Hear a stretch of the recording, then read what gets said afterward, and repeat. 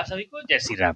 साथियों, आज हम आप लोगों को बता दूं कि बीजेपी किस पद से, कहां से, किस सन से, कब से पार्टी है और कहां से कहां आ गई।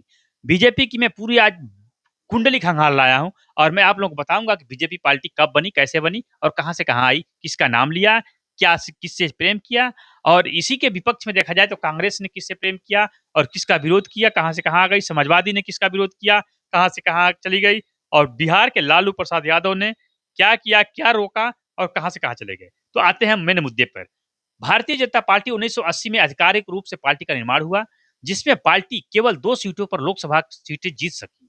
1984 में बीजेपी 2 लोकसभा सीटें जीत पाई थी। इसके बाद 1996 में चुनाव आते आते पार्टी पहली बार लोकसभा में सबसे बड़े दल के रूप में उभरी, लेकिन इसके द्वारा बनाई गई सरकार कुछ ही समय तक चली।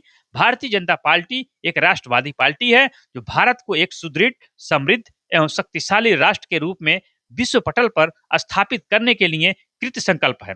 भारत को एक सामर्थ्य राष्ट्र बनाने के लिए लक्ष्य के साथ भाजपा काम करती है, लेकिन 1999 में ये हुए संसदीय चुनाव में एनडीए यानी कि बीजेपी को पूर्ण बहुमत मिला और वाजपेयी जी की ने नेतृत्व में बनी सरकार पूर्ण कार्यकाल करने वाली पहली 2024 में चुनाव में बीजेपी प्रचंड जीत हासिल करते हुए भारत की राजनीति में भारतीय जनता पार्टी दुनिया भर में सबसे बड़ी पार्टी के रूप में उभरी और कांग्रेस इसके विपरीत दिशा में सबसे नीचे चली गई।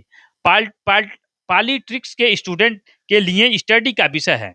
पार्टी का पट या स्थापना दिवस के बाद भारत दशकों में पार्टी के लोकसभा में 2 सीटों में 303 सीटों का लंबा सफर तैयार किया।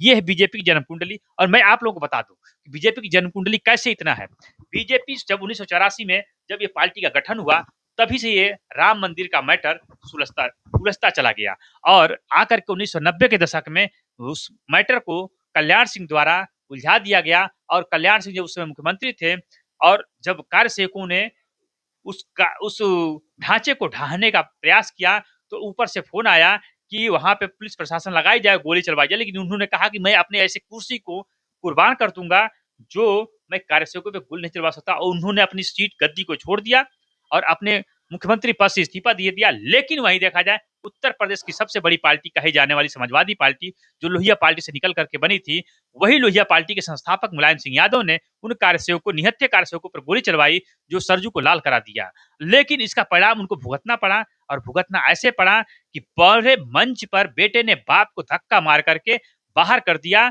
बाहर का रास्ता दिखला दिया और उनके हाथों से मैक छीन लिया। लेकिन यही देखा जाए तो बिहार में जब राम रथ यात्रा को लेकर जाया जा रहा था, तो लालू प्रसाद यादव ने वही राम रथ यात्रा को रोक दिया। लेकिन उसका भी दुष्परिणाम लालू यादव को भी झेलना पड़ा। अब हम आप बताते हैं कि कैसे झेलना पड़ा मुलायम सिंह को और कैसे झेलना पड़ा लालू प्रसाद यादव को। मुलायम सिंह को ऐसे झेलना पड़ा कि भरे मंच पर बेटे ने, जिस बेटे के लिए उन्होंने इस पार्टी का गठन किया, जिस बेटे के लिए उन्होंने उन कार्यसेवकों, निहत्थे कार्यसेवकों पर गोली चलवाई, जिस बेटे के लिए मुलायम सिंह यादव ने अपनी एक जमीनी जायदाद पार्टी को दे दिया, लेकिन वही बेटा भरे मंच पर अपने पिता को धक्के मार करके बाहर का रास्ता दिखलाया और उनके हाथों से मैक छीन लिया, जो पूरी दुनिया ने देखा। दूसरी बात मैं बता दूं, लालू प्रसाद यादव जो बिहार की सबसे प्रचंड पार्टी हुआ करती थी, लेकिन वही राम रथ यात्रा रोकने वाली बिहार की सबसे बड़ी पार्टी आज अपने गिरहबान में झांक करके जेलों की सलाखों की रोटियां काटने में मजबूर है।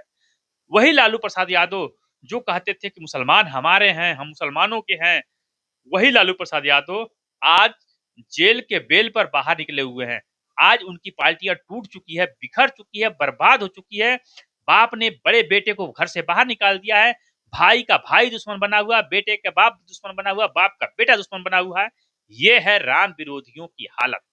और वही राम विरोधी का काम कांग्रेस ने किया, जिस कांग्रेस ने ये कह रही थी कि राम काल्पनिक है, राम सेतु काल्पनिक है, अयोध्या मंदिर कभी नहीं बनेगा। लेकिन बीजेपी की प्रचंड जीत ने और हिंदुओं की एक शीलता ने, सहनशीलता ने जब बीजेपी को पूर्ण बहुमत की सरकार दिया, 303 सीटों पे बीजेपी आई, तब जाकर के राम मंदिर का निर्माण हुआ और बीजेपी सबसे विश्व पटल पर सबसे बड़ी पार्टी बनकर के उभरी। मैं आप लोग बता दूं कि राम कण कण में है, वही होई है जो राम रचि राखा, कर्म कर के काहे पछता। वही लोग कर्म किए, वही भुगते, यहां से गए, बीजेपी पार्टी भी तोड़ दी, बर्बाद भी हो गए, सरकार भी नहीं बन पाएगी। लेकिन वहीं बीजेपी दो राम शब्द का अर्थ जान करके राम राम करते करते आज बीजेपी विश्व पटल पर सबसे बड़ी पार्टी बन के उभरी। और वही माननीय नरेंद्र मोदी, माननीय यहाँ के प्रधानमंत्री जी ने विश्व को हिला के रख दिया। आज विश्व जिस अमेरिका के पीछे हमारे देश के मनमोहन सिंह पीछे खड़े होते थे, कोई पूछता नहीं था, आज वो अमेरिका मोदी जी के पीछे खड़ा होता है। वही संघाई देश जो भारत के प्रधानमंत्री को कोई अदब कोई रिश्ता नहीं देता था, आज वही संघाई देश बीजेपी के प्रधानमंत्री नरेंद्र मोदी यानी पूरे 140 करोड़ जनसंख्या के प्रधानमंत्री नरेंद्र मोदी जी को अपनी टकटकी लगाकर देखता है। आज जो ये मुस्लिम देश भारत को हरदम आंखें दिखलाया करते थे, हमारा दुश्मन पाकिस्तान जो 2 कौड़ी का भी नहीं है, जितना उसके देश में हथियार है उतना हम दिवालियों में पटाखे भड़का देते हैं, लेकिन वो उसका घमंड था। कांग्रेस की सरकार में कहा था हम परमाणु बम छोड़ देंगे, लेकिन जब से बीजेपी आई तब से उसकी परमाणु बम की ऐसी की तैसी धरी रह गई।